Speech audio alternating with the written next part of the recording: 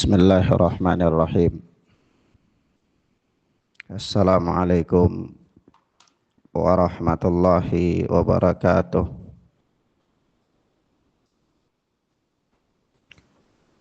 Alhamdulillahilladzi hadana lil Islam wa manna alaina bih wa akhrajana fi khairi ummatin fanas'aluhu at-taufiqa lima yuhibbu wa yarda wal hifdha mimma yakrahu wa yaskhad fanusalli wa nusallimu ala habibina wa sayyidina Muhammad ibn Abdullah wa ala alihi wa ashabihi wa man sara ala nahjihi ila yaumil qiyamah. Amma ba'd. Ikhwanna fiddin, a'azzani Allahu wa iyyakum. Kita lanjutkan pelajaran kita, tentunya masih dengan pelajaran akidah salaf ashabul hadis oleh al-Imam As-Sabuni rahimana wa rahimahullah. Dan kita masuk pada hari ini adalah pertemuan yang ke 36 apa 37. Kita masih berada pada pembahasan tentang kisah Sabir, di mana dia diberikan hukuman ta'zir oleh Amirul Mukminin Umar ibn al-Khattab radhiyallahu ta'ala anhu. Kita bacakan. Berkata Imam As-Sabuni rahimana wa rahimahullah, wa qissatu Sabir alladhi qala Zaid bin Harun lis-sa'il, dan peristiwa tentang Sabir yang diceritakan oleh Zaid bin Harun kepada penanya, yakni kepada orang yang bertanya tentang bagaimana bisa melihat Allah di hari kiamat, yaitu ketika Yazid bin Harun menceritakan kisah peristiwa Jarir bin Abdullah tentang hadis Nabi sallallahu alaihi wasallam tentang ru'yatullah, tentang melihat Allah subhanahu wa ta'ala, di mana dia menceritakan tentang hadis Rasulullah yang mengatakan innakum tanzuruna ila rabbikum kama tanzuruna ilal qamari lailatal badri. Sesungguhnya kalian nanti akan melihat Rabb kalian sebagaimana kalian melihat bulan di malam Badar. Ya, ini benar-benar kalian itu nanti bisa melihat Allah, ya. Nah, ketika orang ini dia mendengar sabda tersebut, maka ada seseorang yang berkata kepadanya, ya Aba Khalid, ma makna hadzal hadis? Wahai Abu Khalid, apa pengertian hadis ini? Padahal kalau kita lihat di sini, kita mendengar kalimat ini, kita paham tidak kalau seandainya kita mendengar bahwa Rasulullah mengatakan bahwa kalian nanti akan melihat Rabb kalian seperti kalian melihat bulan pada malam Badar. Paham tidak kalimat itu? Paham. Atau misalnya kita katakan begini, saya melihat seseorang dia bermain bola. Paham enggak yang dimaksud dalam kalimat? Nah, tetapi ketika kalimat yang jelas kayak gitu yang dapat dipahami secara tekstual langsung, tapi ada orang masih bertanya, ma makna hadal? hadis. Apa pengertian hadis ini? Apa pengertian pembicaraan dari kalimat ini? Itu berarti orang ini dia menginginkan makna yang lain. Paham enggak? Berarti dia menginginkan makna yang lain. Nah, ketika dia bertanya dengan kalimat yang demikian, maka dikatakan kepadanya ma ashbahaka bisabir. Alangkah miripnya engkau ini dengan sabir. Dan apa? Kata dia, wa ahwajaka ila mithli ma fu'ila bih. Dan engkau ini butuh untuk diperlakukan sebagaimana diperlakukan sabir. Iya. Naam. Nah, kisah sabir itu disebutkan oleh Al-Imam As-Sabuni pada apa yang beliau katakan ini. Nah, bisa connect ya. Sudah bisa nyambung. Baik, kita baca kalimat Al-Imam As-Sabuni. Kata beliau, wa qissatu sabir alladhi qala Yazid bin Harun lisail. Dan cerita tentang sabir yang dikatakan oleh Yazid bin Harun kepada orang yang bertanya itu bahwa ma ashbahaka bis sabir itu adalah wa ahwajaka ila mithli ma fu'ila bih dan engkau sungguh butuh diperlakukan sebagaimana diperlakukan sabir. Hiya ma rawahu Yahya bin Sa'id an Sa'id bin Musayyab. Kisah itu adalah kisah yang diriwayatkan oleh Yahya bin Sa'id dari Sa'id bin Musayyab. Kisah itu apa? Kisah yang diriwayatkan oleh Yahya bin Sa'id dari Sa'id bin Musayyab.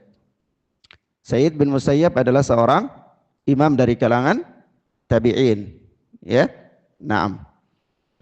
Dia berkata anna Sabighan At-Tamimi ata Amirul Mukminin Umar bin Al-Khattab radhiyallahu taala anhu faqal. Bahwa suatu ketika Sabigh At-Tamimi itu dia datang kepada Amirul Mukminin Umar ibn Al-Khattab radhiyallahu taala anhu faqal. Lalu dia bertanya, "Ya Amirul Mukminin, akhbirni anidz-dzariyati dzarwa." Wahai Amirul Mukminin, ya terangkan kepada aku tentang kalimat adz-dzariyati dzarwa, tentang ayat Allah Subhanahu wa taala, yakni apa? Demi yang menerbangkan debu, ya. Apa pengertian kalimat ini? Maka kata Amirul Mukminin, hiya ar-riyah. Yang dimaksud itu adalah ar-riyah, yaitu angin, kata Umar ibn Al-Khattab. Walaula anni sami'tu Rasulullah sallallahu alaihi wasallam yaquluhu ma qultuh. Kalau sekiranya aku tidak pernah mendengar Rasulullah sallallahu alaihi wasallam mengatakannya, maqultuhu, niscaya aku pun tidak mengatakannya. Artinya Umar ibn Al-Khattab ingin menguatkan penjelasannya bahwa penafsiran beliau yang mengatakan ayat ini adz-dzariyati dzarwa itu adalah ar-riyah, itu bukan sesuatu yang berasal dari hasil ijtihad beliau, tetapi hal itu beliau dengar dari Rasulullah sallallahu alaihi wasallam. Naam. Mafhum ya ikhwan? Kemudian kata orang itu lagi, kata Sabiq itu lagi, fa akhbirni an al-hamilati wiqra. Kalau begitu beritahu aku tentang apa? Al-hamilati wiqra, yang membawa beban yang berat. Qal hiya as-sahab. Maka Umar ibn Al-Khattab mengatakan itu adalah as-sahab, awan.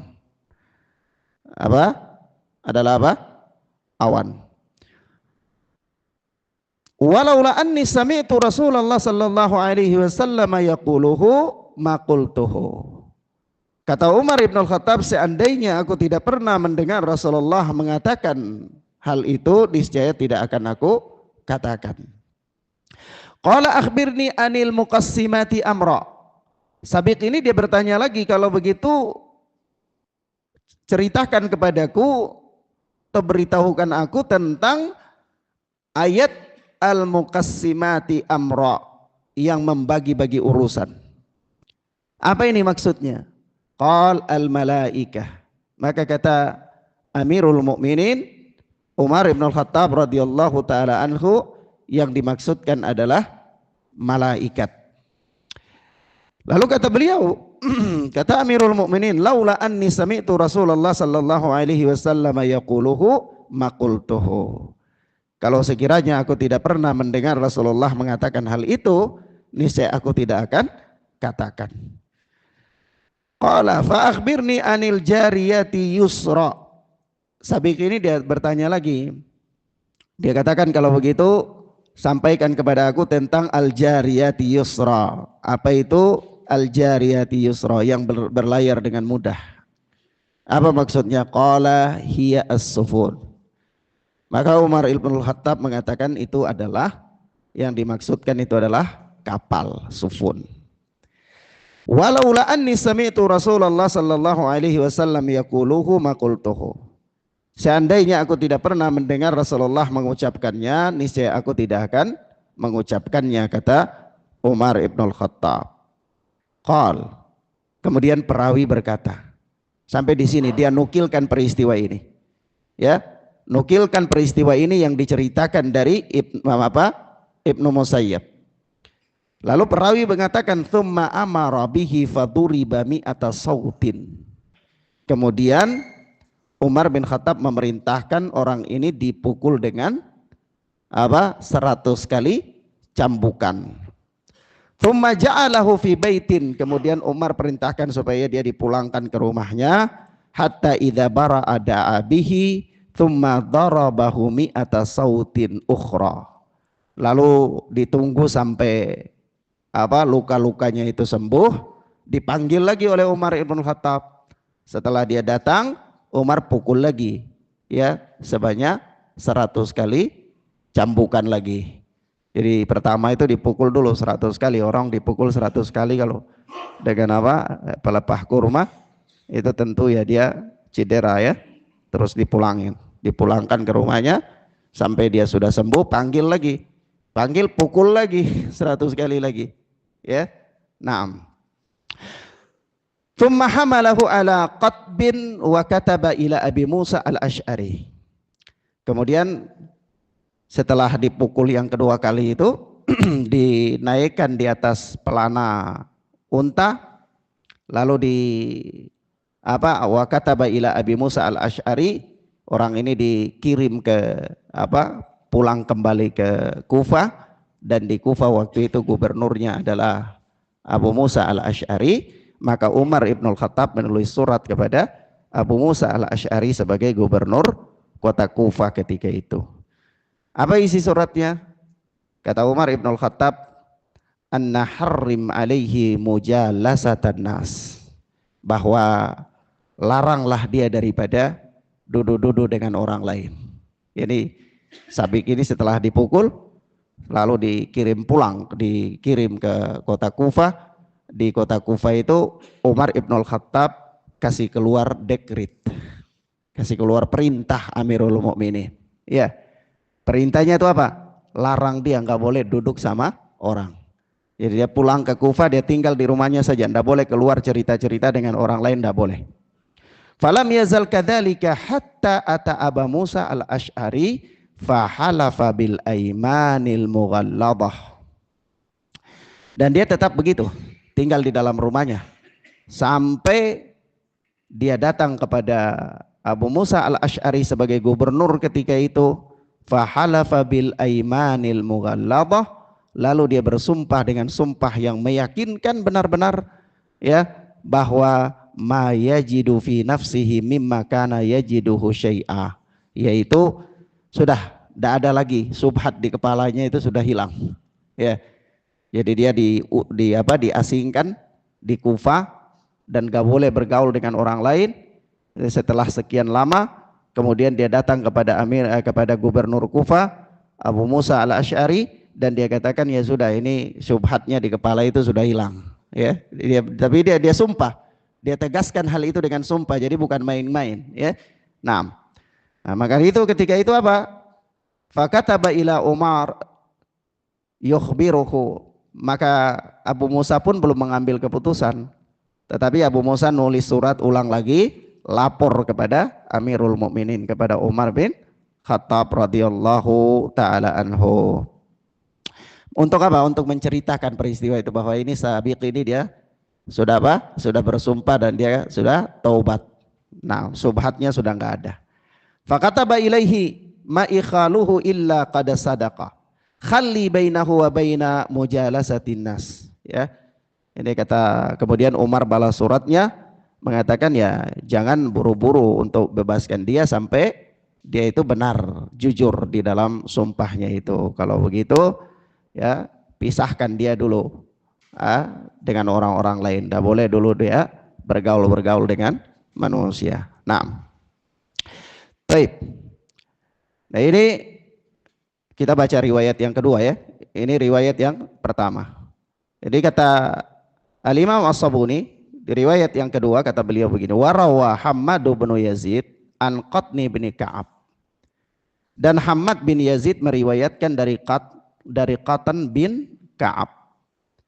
Kata dia, sami'tu rajulan min Bani Ijl yuqalu lahu fulan.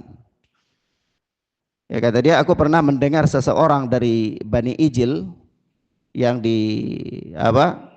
sebutkan namanya itu fulan, yakni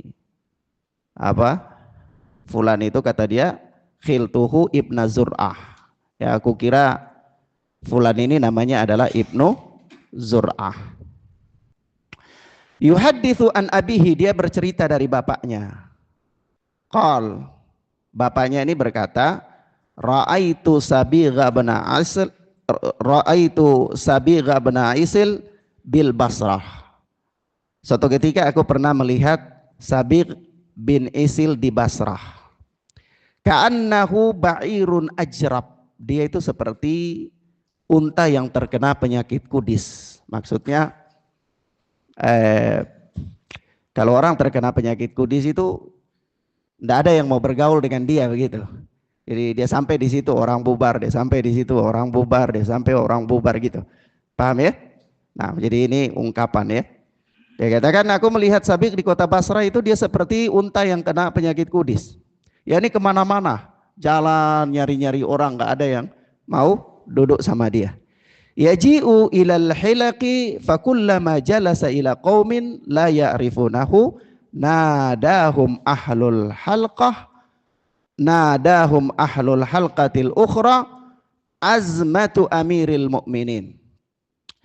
Jadi kalau dia datang di satu kelompok orang, lalu fakullama jalasa ila qaumin la ya'rifunahu, setiap kali dia duduk di satu kelompok yang kelompok itu belum tahu dia, tidak kenal dia. Jadi Sabigh itu dia seperti unta yang terkena penyakit kudis. Yaji'u ilal hilaq, dia datang ke satu majelis, orang pergi. Tapi nanti kalau dia datang di satu majelis yang orang nggak kenal dia, kan mereka nggak pergi, ya. Jadi dia duduk di situ. Nah, pas dia duduk di situ, ada kelompok lain yang teriak. Kenapa? Apa mereka katakan? Mereka katakan ada dekret dari Amirul Mukminin. Dekretnya apa? Tidak boleh duduk sama dia. Tidak boleh duduk sama dia. Jadi begitu ada orang nggak kenal dia, dia duduk, dia sudah enak lah, ini sudah ada teman. Begitu duduk ada orang teriak, ada dekret, nggak boleh duduk sama dia, bubar lagi gitu. Nanti dia jalan lagi cari satu majelis ilmu, orang nggak kenal, dia duduk lagi, orang ada dekret, bubar lagi, nggak mau duduk sama dia. Begitu terus sampai dia tuh seperti orang yang terkena penyakit menular yang nggak boleh digauli, nggak boleh orang bergaul dengan dia. Nah, ini riwayat yang kedua. Kita baca riwayat yang ketiga, baru kita jelaskan. Kemudian kata Imam As-Sabuni rahimahullah, rawah Hammad bin Yazid aidan an Yazid bin Abi Hazim. Hammad bin Yazid juga meriwayatkan dari Zaid bin Abi Hazim. An Sulaiman bin Yasar, dari Sulaiman bin Yasar. Anna rajulan min Bani Tamim yuqalu lahu Sabigh. bahwa ada seorang laki-laki dari Bani Tamim yang disebut atau namanya adalah Sabiq. Qadimal Madinah fakanat indahu kutub. Suatu ketika dia datang ke kota Madinah dan dia ini bawa buku-buku yang banyak. Ya, dia punya perbendaharaan ini banyak. Datang di kota Madinah. Faja'ala yas'alu an mutasyabihil Quran. Lalu dia debat orang-orang tentang ayat-ayat mutasyabih dalam Al-Quran. Sabiq ini datang ke kota Madinah bawa buku-buku lalu debat orang tentang apa? Ayat-ayat mutasyabih. Naam. Fabalagha dzalika Umar. Lalu peristiwa itu sampai kepada Umar Ibn Al-Khattab radhiyallahu taala anhu. Faba'atha ilaihi wa qad a'adda lahu arajin al-nakhli. Maka Umar dia dengar hal itu, lalu dia perintahkan orang untuk panggil itu Sabiq datang menghadap, sementara Umar Ibn Al-Khattab menyiapkan pelepah kurma, arajin, ya, pelepah kurma bentuk jamak. Dia siapkan, Umar siapkan untuk apa? Untuk mau pukul ini Sabiq. Falamma dakhala alaihi jalasa, tatkala Sabiq itu datang menghadap Amirul Mukminin, dia duduk, faqala man anta. Begitu dia duduk, Umar Ibn Khattab bertanya tanpa ada mukaddimah, tanya, man anta, siapa engkau ini? Ya. Nah, jadi Umar bin Khattab bersikap keras enggak ini? Bersikap keras ya terhadap apa? Pelaku penyimpangan. Maka begitu dia duduk, kata Umar Ibn Khattab, man anta, siapa engkau? Qal ana Abdullah Sabiq. Saya ini hamba Allah yang bernama Sabiq. Apa jawaban Umar? Qal wa ana Abdullah Umar. Dan saya juga hamba Allah Umar.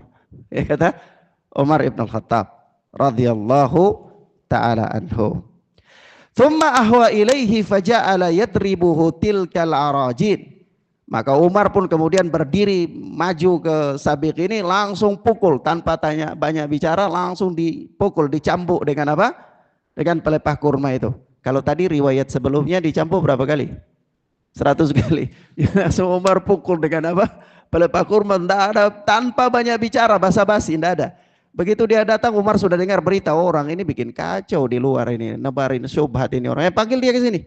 Begitu dia sampai, kata Umar Ibn Khattab, man anta, siapa engkau ini? Dia katakan Abdullah Sabiq, saya ini hamba Allah Sabiq. Oh iya, saya juga hamba Allah Umar. Dia langsung dipukul, tuas 100 kali, nggak memberikan celah. Ya. Nah, dengan apa? Dengan pelepah kurma yang sudah disiapkan oleh Umar Ibn Khattab radhiyallahu taala anhu itu. Nah, kemudian famazala yadribuhu hatta syajjahu faja'ala damu yasilu ala wajhi. Umar pukul terus menerus begitu sampai apa? Luka orang ini. Dan apa? Darahnya itu mengalir di wajahnya. Oh, jadi berarti pukul di kepala ya. Pukul di kepala juga ya. Jadi dengan pelepah kurma ya. Jadi darah mengalir sampai di wajah. Faqala. Begitu dipukul begitu darah sudah mengalir. Terus ini Sabiq dia katakan, hasbuka ya Amirul Mukminin. Cukup wahai Amirul Mukminin. Kenapa? Kata dia, faqada wallahi dhahaba ma kuntu ajidu firasi. Ya, demi Allah, subhat yang ada di kepalaku ini sudah pergi. Ya, sudah apa? Sudah pergi. Nah, taib. Ala kulli hal ya akhwan, azani Allah wa iyyakum. Kalau antum mau lihat riwayat-riwayat ini disebutkan oleh Ibnu Abi Syaibah di dalam musannafnya, begitu juga apa di dalam Al-Hilya atau Hilyatul Auliya, itu disebutkan riwayat-riwayat ini lengkap dengan sanad-sanadnya, dan di sana ada takhrijnya. Ala kulli hal, ini kisah yang masyhur ya, kisah yang terkenal, sahih, berasal dari perbuatan Umar Ibn Khattab radhiyallahu taala anhu terhadap pelaku penyimpangan yang bernama Sabiq. Baik. Di sini ada faedah penting ya, ikhwan. Kita ini masih berbicara tentang apa? Kita masih berbicara tentang sifat-sifat Allah. Pada pertemuan yang lalu, berapa bulan yang lalu ketika kita akhiri pertemuan kita di waktu itu, kita sampai pada pembahasan tentang sifat datangnya Allah. Ya. Setelah kita berbicara tentang sifat istiwanya Allah, ya, kemudian kita sampai pada pembahasan tentang sifat datangnya Allah. Lalu di sini sambungannya Al-Imam As-Sabuni menyebutkan kisah Sabiq. Apa hubungannya? Apa hubungannya?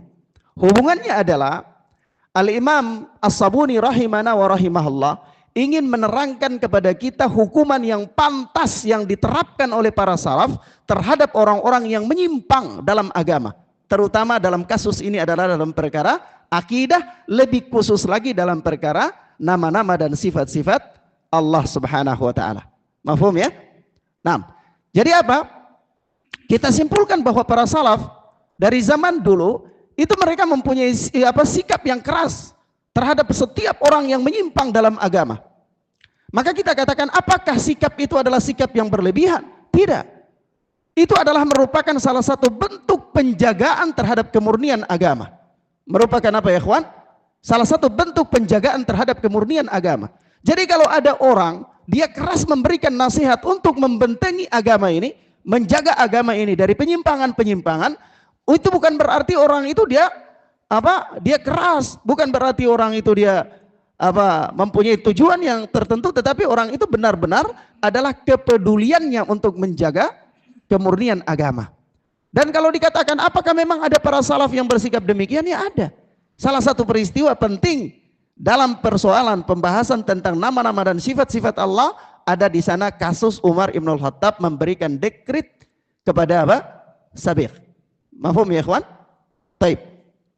Kemudian yang berikut, faedah yang berikut dari kisah ini bahwa penguasa itu dia boleh menetapkan hukuman yang namanya ta'zir. Ta'zir itu, kalau antum belajar fikih ada bab ta'zir ya. Ta'zir itu adalah pemberian hukum di luar kasus-kasus yang ada hadnya. Maksudnya begini, kalau kasus pencuri ada hukuman hadnya ya, ada hukumannya, ada hadnya itu potong tangan ya. Kemudian ada kalau kisos ya dan lain-lain. Tapi ada hukuman, ada pelanggaran-pelanggaran hukum itu yang nas hadnya ndak ada. Paham ya? Misalnya pelanggaran hukum tentang apa? Ghibah. Ghibah itu pelanggaran hukum enggak? Tapi adakah hadnya? Ndak ada. Ndak ada. Ghibah itu hukumnya datang sini pengadilan, potong lidahnya, ndak ada. Ya kan? Ya itu maksud ana begitu. Jadi kasus-kasus hukum yang tidak ada hadnya di dalam Islam, itu penguasa boleh membuat ijtihad hukum yang namanya ta'zir. Mafhum ya ikhwan? Nah di sini termasuk dengan hukuman terhadap ahli bid'ah. Bid'ah itu begitu bahaya di dalam Islam. Bahkan Rasulullah berkali-kali memperingatkan umat daripada bid'ah. Tetapi bid'ah itu di dalam nas-nas syariat tidak ada hadnya. Mafhum ya? Misalnya orang berbuat bid'ah, datang ke sini, cambuk berapa kali. Orang berbuat bid'ah ini datang ke sini, dipotong tangannya. Atau orang berbuat bid'ah ini datang ke sini dirajam misalnya. Tidak ada hadnya di dalam Islam. Tetapi bahayanya begitu besar di dalam Islam. Mafhum ya ikhwan? Lalu bagaimana memberikan hukum supaya orang itu jerah daripada bid'ah itu? Nah ini kembali kepada ijtihadnya penguasa membuat hukum yang namanya ta'zir. Paham ya ikhwan? Mafhum ya? Taib. Nah, oleh sebab itu ijtihadnya Umar Ibn Khattab terhadap pelaku penyimpangan, terkhususnya di dalam masalah akidah, seperti Sabiq ini dicambuk sebanyak 100 kali dengan pelepah kurma. Dan itu jadi hukum. Itu jadi apa? Jadi hukum. Sama seperti nanti antum melihat khamar itu haram enggak? Haram. Apa hukuman bagi orang minum khamar? Hukuman bagi orang minum khamar? Dalam had. Tidak ada. Tapi takzirnya ada. Ada Amirul Mukminin membuat takzir, yaitu dicambuk. Ya. Nah, itu hukum takzir. Mafhum. Paham ya ikhwan? Nah, taib.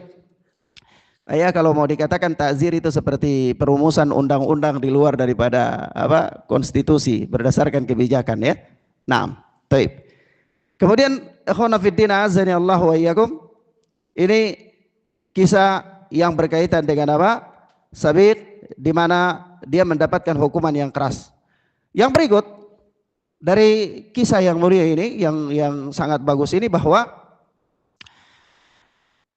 orang-orang yang memiliki penyimpangan itu dicegah supaya dia tidak boleh menularkan penyimpangannya kepada orang lain. Cara pencegahannya apa? Salah satunya dengan cara ditahdzir, diberikan peringatan yang keras sampai pada apa adanya hujiran, pemboikotan, ya, dan seterusnya. Dilihat mana yang lebih maslahat supaya orang itu tidak menularkan apa penyimpangannya kepada orang lain. Maka orang yang mempunyai penyimpangan itu tidak boleh diberi panggung, tidak boleh, tidak boleh diberi panggung dengan dasar apapun, tidak boleh.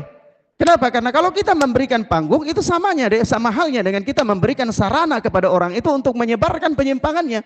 Sementara yang harus ada di dalam Islam, orang yang memiliki penyimpangan harus dicegah dari penyimpangannya. Mahfum ya ikhwan? Harus dicegah dari penyimpangan. Dengan cara apa? Diberikan peringatan keras, apa di boikot dan seterusnya. Maka tidak boleh dikasih panggung orang-orang yang memiliki penyimpangan dengan nama apapun. Jadi ada orang-orang tertentu, mereka ingin menyebarkan penyimpangan mereka, itu bukan dari apa? Dia membuka majelis-majelis langsung ya untuk menyebarkan penyimpangan, bukan. Tetapi banyak di antara kalangan ahlul bidah yang ingin menyebarkan kebid'ahannya itu dengan forum-forum diskusi, forum-forum debat. Itu sebenarnya dia gunakan untuk apa? Dia gunakan untuk menyebarkan penyimpangannya kepada orang-orang yang hadir di situ. Orang-orang yang hadir untuk nonton debat, orang-orang yang hadir untuk lihat. Ya, akhirnya apa? Dia tersubhati dengan apa? Penjelasan-penjelasan, argumen-argumen apa yang disampaikan, dilontarkan oleh orang-orang yang memiliki penyimpangan. Maka salah satu cara untuk membatasi penyebaran bid'ah dari kalangan para ahlul ahwa adalah dengan tidak memberikan mereka panggung.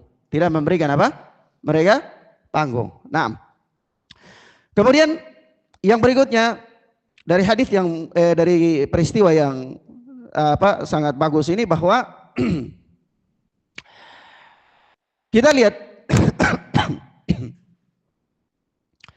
kita lihat bahwa para ulama dari kalangan umat ini itu sejak zaman dulu, para ulama ahlul hadis dari umat ini sejak dari zaman dulu itu mereka adalah orang-orang yang paling cinta terhadap umat, orang-orang yang paling sayang terhadap kaum muslimin, orang-orang yang paling berusaha untuk membentengi kaum muslimin dari berbagai macam bentuk penyimpangan.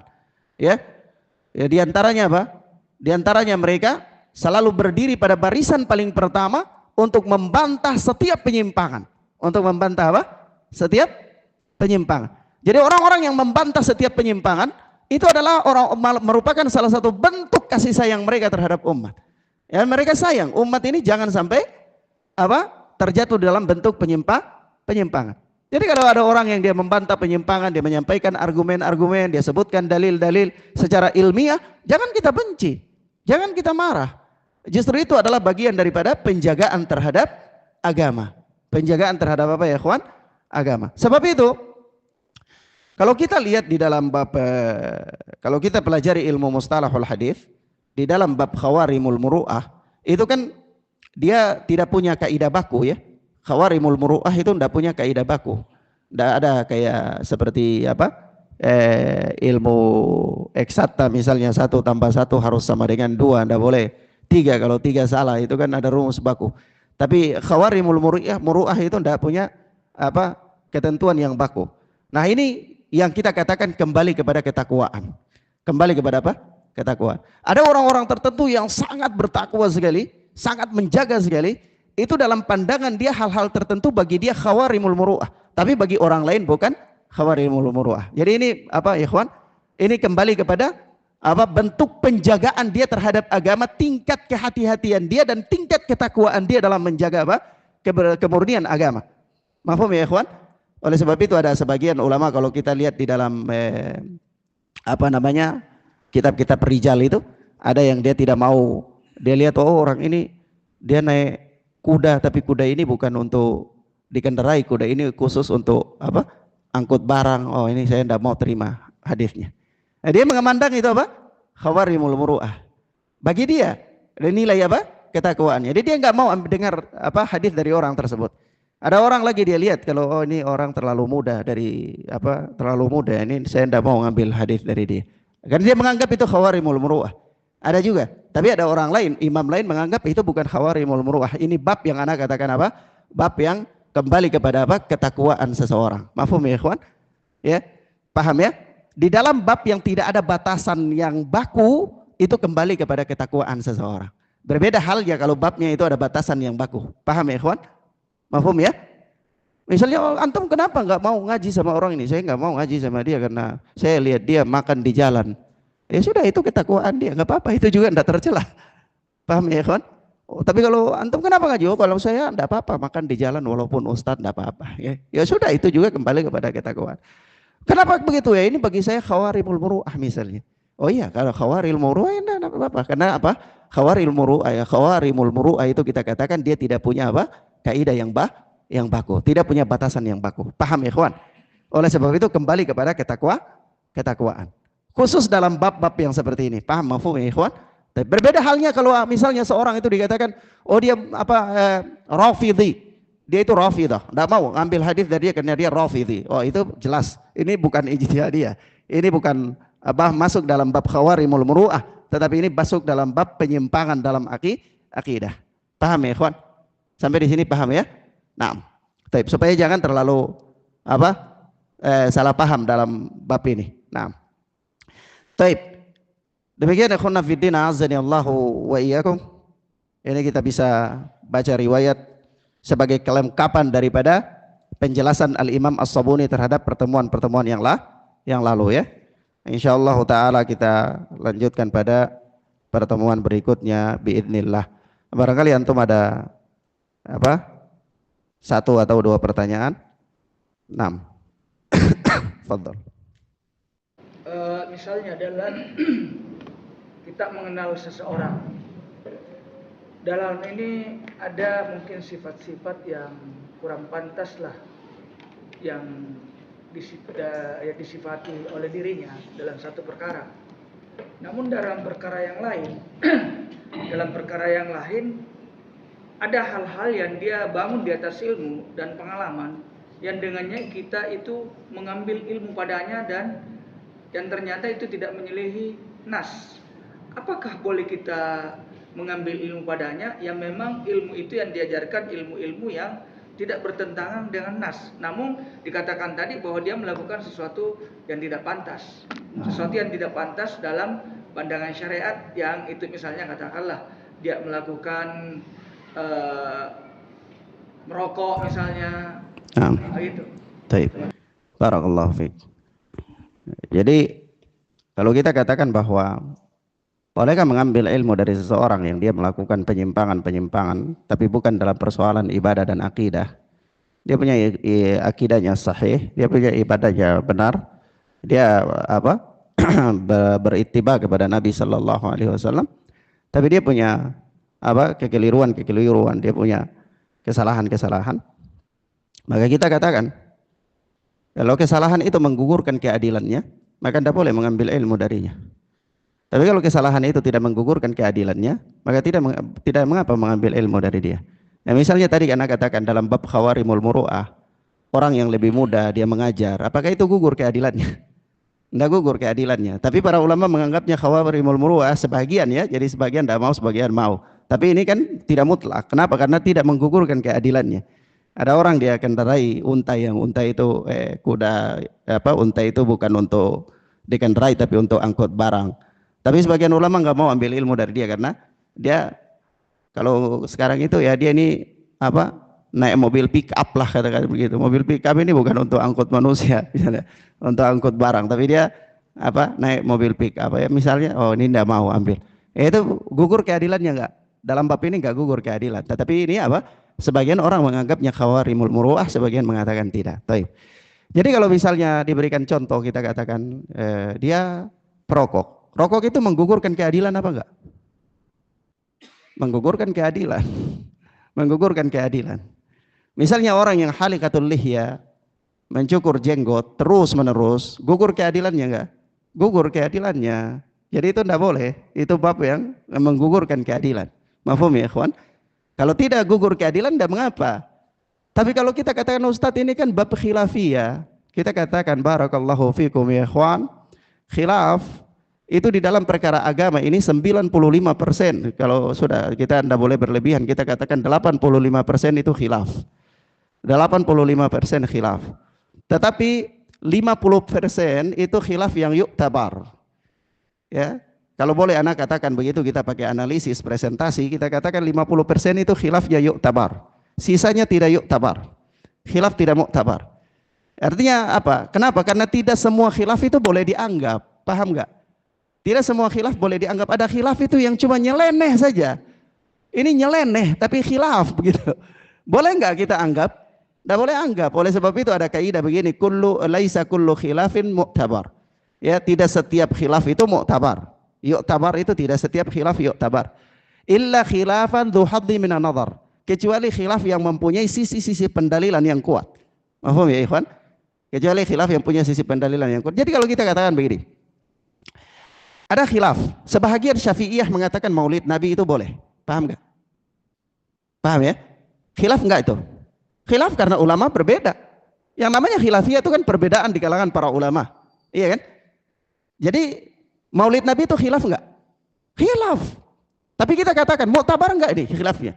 Tidak mu'tabar. Kenapa tidak mu'tabar? Karena tidak ada satu sisi pendalilan pun yang bisa membenarkannya. Paham ya, ikhwan? Nah, tapi kalau misalnya kita katakan sami Allahu liman hamidah bersedekap, sami Allahu liman hamidah tidak bersedekap, khilaf enggak? Khilaf. Dianggap tidak? Dianggap mu'tabar. Kenapa mu'tabar? Karena masing-masing punya pendalilan yang kuat untuk mengarahkan kepada pendapat dia. Paham ya, ikhwan? Mafhum ya? Nah, jadi kita kalau lihat khilaf-khilaf itu tidak mu'tabar, jangan digubrisi sudah.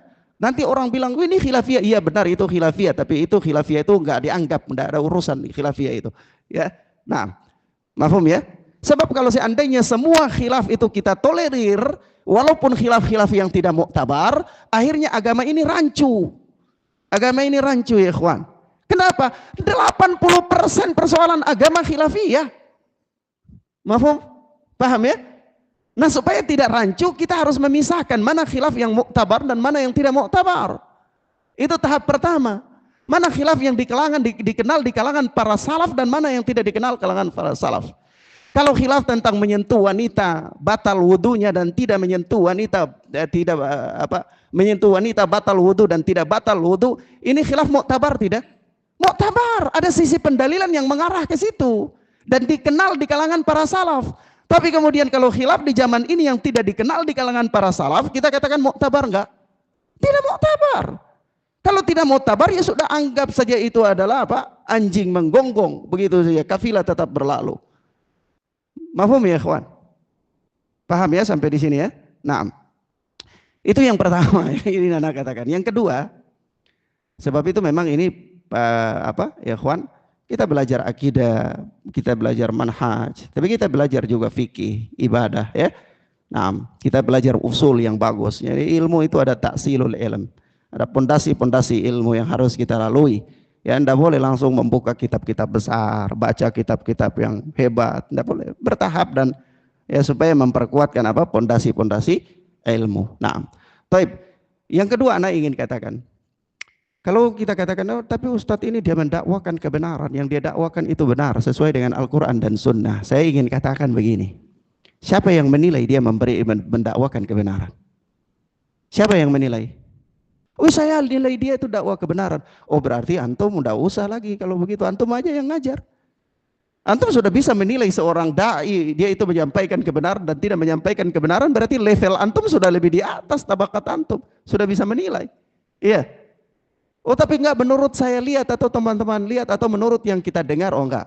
Yang antum dengar enggak bisa dijadikan sebagai patokan. Kenapa? Karena antum adalah penuntut ilmu pemula.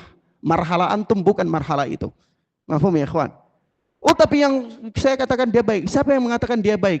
Kalau di kalangan ini misalnya dia tuh seorang dai atau seorang mubalik atau katakanlah kita sering panggil dia syekh, kita katakan siapa yang mengatakan dia baik? Oh, Syekh Muhsin Al-Abbad mengatakan dia baik. Oh, nah. Kita terima. Makbul. Ya.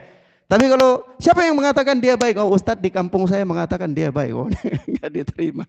Enggak diterima. Ya, mafhum ya, kawan? Jadi ketika jangan sampai kita hanya mendengar oh dia mengatakan qala Allah wa qala Rasul, dia mengatakan Allah berfirman, Rasulullah bersabda, lalu kita dengar wah ini dia dakwakan kebenaran. Lah, bukan. Kita bukan standar untuk mengukur itu. Ya, kita bukan standar. Itu bukan bab kita. Itu bukan bab kita. Apalagi penuntut ilmu pemula, bukan bab kita. Tapi yang memberikan rekomendasi itu siapa? Orang yang levelnya di atas lebih daripada dia. Begitu. Dan hati-hati ya kawan, hati-hati. Karena memberikan apa ini baik dan ini enggak baik, ini majelisnya Al-Quran dan Sunnah, ini pemahamannya benar, itu tazkiyah. Hati-hati, tazkiyah. Tazkiyah itu bahaya. Kenapa? Tazkiyah dusta itu bahaya hukumannya di akhirat. Itu termasuk dosa besar enggak? Dosa besar. Rasulullah memperingatkan daripada tazkiyah yang dusta itu. Nah, mafhum ya? Kita katakan orang ini adil, kita nggak kenal dia siapa, kita nggak tahu majelisnya, dan kita nggak tahu rekomendasi para orang-orang yang berada di tabakat di atas dia yang memberikan rekomendasi, kita nggak tahu, dan kita nggak tahu asal usul belajarnya dari mana, kita juga nggak tahu. Tapi kita katakan dia baik. Oh, kita belum berhak untuk memberikan tazkiyah. Ya, hanya karena kita dengar dia mengatakan Allah berfirman, hanya karena kita mendengar dia mengatakan Rasulullah bersabda. Ya ikhwan, barakallahu fikum. Setiap orang, setiap dai dari kalangan kaum muslimin selama dia masih Islam, kalau dia menyampaikan tentang agama, itu pasti dia mengatakan Allah berfirman, Rasulullah bersabda. Karena nggak mungkin dia nukil dari Injil, nggak mungkin. Nggak mungkin dia nukil dari Taurat, nggak mungkin. Paham nggak? Kalau seperti itu berarti nggak ada yang sesat dong. Karena semuanya Allah berfirman, Rasulullah bersabda. Ya. Lalu di mana tingkat kesesatannya? Itu yang kita katakan tadi. Dia harus memahaminya dengan pemahaman salaf, dia harus mengamalkannya dengan pengamalan salaf. Siapa yang menentukan itu? Bukan kita. Lah kita baca sejarah salaf baru 2 belum selesai. Antum sudah baca sejarah Umar bin Khattab habis belum? Belum habis. Antum sudah baca Khulafaur Rasyidin selesai belum? Ya belum pasti ya. Bidayatul Nihaya Imam Ibnu Katsir sudah selesai belum? Belum. Antum baca Syiar A'lam Nubala sudah selesai belum? Kenapa harus baca itu? Ya baca tentang perjalanan para ulama, bagaimana biografi mereka. Itu adalah khazanah untuk menetapkan, ya, untuk bisa menjadi sarana untuk berdalil. Ya. Paham ya, ikhwan? Jadi sekali lagi kita katakan, bukan hanya karena Allah berfirman, ya, Rasulullah bersabda, bukan. Ya, tetapi apa? Kembali kepada pemahaman yang benar. Tapi siapa yang berhak menetapkan bahwa itu pemahamannya benar atau tidak? Tentu orang yang levelnya di atas. Orang yang levelnya apa? Di atas. Taib. Sampai di sini bisa dipahami. Bahkan yang saya ingin sampaikan ini, permasalahan yang kita ambil ilmu atau nasihat dari seseorang itu bukan perkara manhaj. Misalnya permasalahan rumah tangga yang mana dia punya pengalaman yang banyak tentang hal itu. Yang dengannya itu kita bertanya kepada dia bagaimana mengatasi sebuah permasalahan dengan pengalaman yang ada pada dia, masalah keluarga, ya memang dia paham, yang kita tahu dia paham dengan penjelasan dari pengalaman beliau menjalani rumah tangga. Jadi bukan perkara fikih, bukan perkara akidah. Barakallahu fiik. Jadi persoalannya adalah kalau itu hanya sebatas sharing biasa, diskusi-diskusi biasa boleh saja, tidak ada masalah. Ya, tetapi yang jadi persoalan adalah ketika itu dianggap adalah sebuah ilmu. Iya, itu dianggap sebuah ilmu. Jadi begini dalam Islam, Rasulullah mengatakan begini, ma baqiya syai'un yuqarribu minal jannah wa yuba'idu minan nar illa wa qad buyyina lakum. Tidaklah tersisa satu perkara yang mendekatkan kalian ke surga dan menjauhkan kalian dari neraka, melainkan pasti telah dijelaskan kepada kalian. Lalu kita bicara bab rumah tangga. Bab rumah tangga itu bab fikih apa bukan? Bab fikih. Bab fikih. Jadi kalau kita masuk di bab rumah tangga itu berarti bab fikih. Itu berarti bab agama. Bedanya halnya dengan kalau kita masuk misalnya di bab apa? Bab jual cendol misalnya. Ya enggak apa-apa lah jual cendol. Antum punya pengalaman berapa tahun dalam jual cendol. Ya kan? Tapi kalau bicara rumah tangga itu bab fikih enggak? Bab fikih. Pengalaman tidak bisa dijadikan rujukan semata-mata. Ya. Melainkan antum harus belajar bab fikih tentang rumah tangga, baru pengalaman adalah penunjangnya. Ya, tidak boleh pengalaman dijadikan rujukan pertama, sementara dalam bab fikih antum nggak ada, tidak boleh. Mafhum ya? Karena dia bagian dari ibadah. Para ulama mencantumkan bab kitabun nikah nggak dalam bab fikih? Ada kitabun nikah. Ya, ya. Nah, wallahu a'lam bissawab. Demikian ya, ikhwan. Barakallahu fikum. Wa sallallahu ala nabiyina Muhammad wa ala alihi wa sahbihi wasallam. Subhanakallahumma bihamdika asyhadu an la ilaha illa anta astaghfiruka wa atubu ilaik. Wassalamualaikum warahmatullahi wabarakatuh.